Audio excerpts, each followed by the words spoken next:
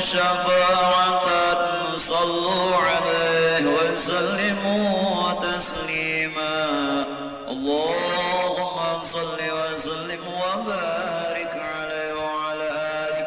Siapa yang dia kepingin syafaat salawat. Tolong ya, agak lentur sedikit. Kita membaca sejarahnya Syekh Ilyas. Syekh Ilyas sangat lembut, wali besar. Dan termasuk karomatnya Syekh Ilyas, itu adalah dakwahnya Jamaah Tabligh kemana-mana.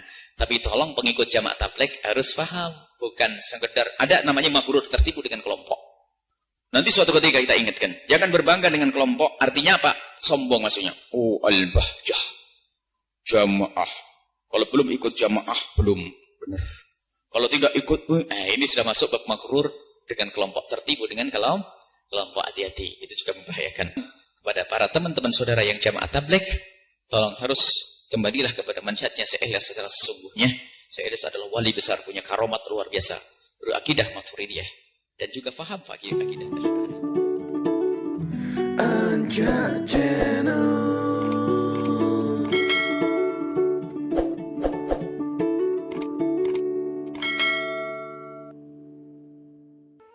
Di kampung kami sekarang ada Jamaah Tabligh. Semoga mendengar ya yang dari Aceh. Ya. Maliki Ngufi dari Aceh. Saya di kampung kami sering ada Jamaah Tabligh. Mereka bilang tidak sempurna iman sebelum keluar 4 bulan. 40 hari, 3 hari untuk berdakwah. Dan katanya wajib mengislamkan orang kafir di muka bumi. Jika tidak, kita nanti di hari kiamat. Memang betul, kita wajib berdakwah, bukan mengislamkan. Yang mengislamkan, memberikan hidayah adalah Allah. Jamaah Tabligh adalah akidah yang benar, harus tahu. Jamaah Tabligh itu kembali kepada Syekh Ilyas. Syekh Ilyas adalah seorang yang berakidah Maturidiyah dengan madhab Imam Abu Hanifah radhiyallahu anhu. Jadi kalau Jamaah Tabligh itu adalah tidak berbeda dengan kita di dalam urusan keimanan dan akidah.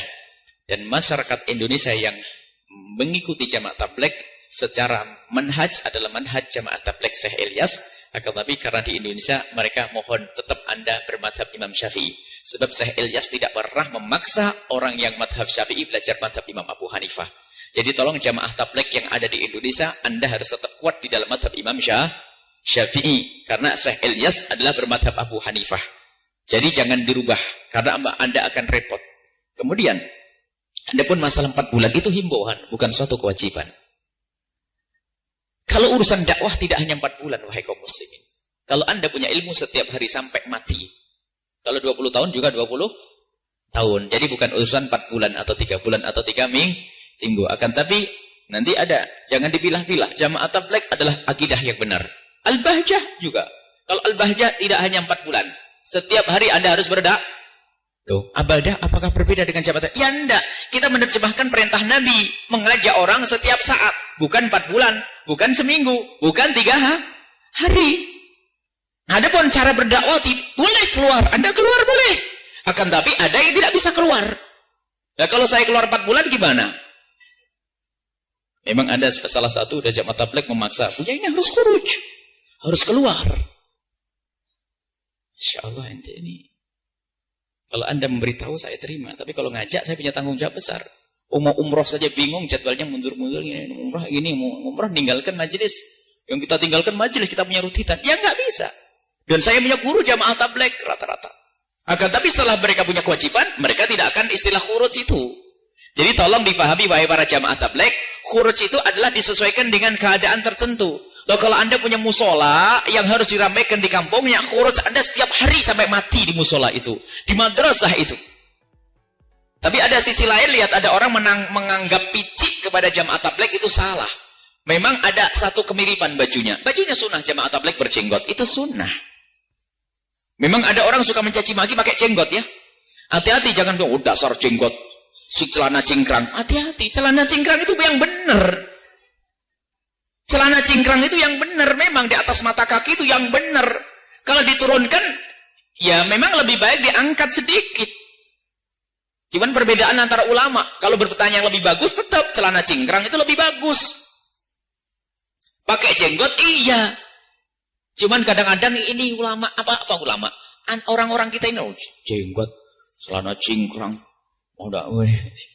Subhanallah, tidak jenggot, Masya Allah. Ada orang dikasih jenggot, ini tidak dikasih jenggot. Kasih jenggot mau dipaksa ini ya nggak bisa ya. Baik, jadi jenggot jangan. Jadi termasuk jamaah tabligh memang termasuk berusaha untuk mengamalkan sunnah Nabi, termasuk dari syakal bentuknya. Mereka pakai imamah, bagus. Kemudian dia ini, dan berani mereka itu, lihat. Kemana-mana nggak ngerepoti orang, nggak pernah tanya berani bayar berapa ke saya. Nggak ada membawa kompor sendiri, akan tapi kalau bawa kompor tolonglah ada sebagian masjid bersih, agak minggir sedikit ya. Jangan, jadi memang tidak merepotkan adalah cara yang bagus. Jadi katakanlah, adapun masalah 3 hari 4 hari bukan suatu keharusan. Semua disesuaikan dengan kemampuannya. Mungkin ada seorang laki-laki punya anak kecil 4. Anak kecil 4. Istrinya tidak punya pembantu. Mungkinkah dia khuruj? Maksiat. Istrinya hampir tua, ditinggal khuruj. Dihukum, dicambuk itu kalau ada imam kayak begitu. Minta izin, istriku izinkan aku biar aku selamat. Iya, ente enak jalan keliling. Tapi istrinya anaknya 4 nakal kayak bapaknya. Ayo. Tolong disesuaikan ini. Ayo, ini sebagian para jamaah. Tapi ingat, ada orang salah paham. Kita pernah suruh membantu ngusir. Kenapa? Buya ini ada akidah sesat nih, suka bid'ain. Mana? Ini. Kita datangi jamaah tabligh. Bukan, jamaah tabligh tidak suka bid'ain. Kalau suka bid'ain keluar. Sisi lain ada. Buya kok tidak ikut jamaah tabligh? Maksudnya gimana kok ikut itu? Di jamaah tabligh sama dengan kita kok ikut. Kalau saya ikut berarti beda sebelumnya. Memang kalau saya harus ikut program 3 hari, 6 hari, kita nggak sempat. Jadi jamaah tabligh salah satu cara. Dan alhamdulillah, warna akidah kita yang benar ada. Ada orang jamaah tabligh kelihatan keliling. Toh. Ada manhaj kita punya pondok pesantren. Jadi yang satu keliling membawa orang, setelah mereka pengen benar, dibawa ke pondok. Ada bagian masing-masing. Yang punya pondok nggak usah keluar, nggak usah khuruj. Khuruj adalah ngurus santri. Itu saja. Jadi bagi-bagi. Itu jadi indah semuanya. Yang jamaah tabligh tekuni dengan caramu. Ayo. Tapi yang lain lihat, yang berbisnis, tekuni dengan bisnis, lihat jihadmu itu. Tapi bisnis untuk apa?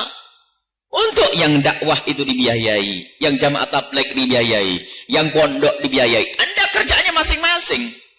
Jadi makanya dakwah yang diajarkan oleh Nabi adalah bukan merubah orang, akan tapi mengarahkan orang. Tetap engkau duduk di posisimu.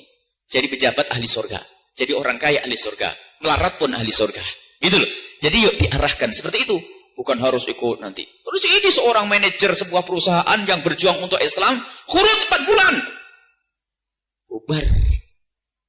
Jadi tolong ya, agak lentur sedikit. Kita membaca sejarahnya Syekh Ilyas. Syekh Ilyas sangat lembut, wali besar.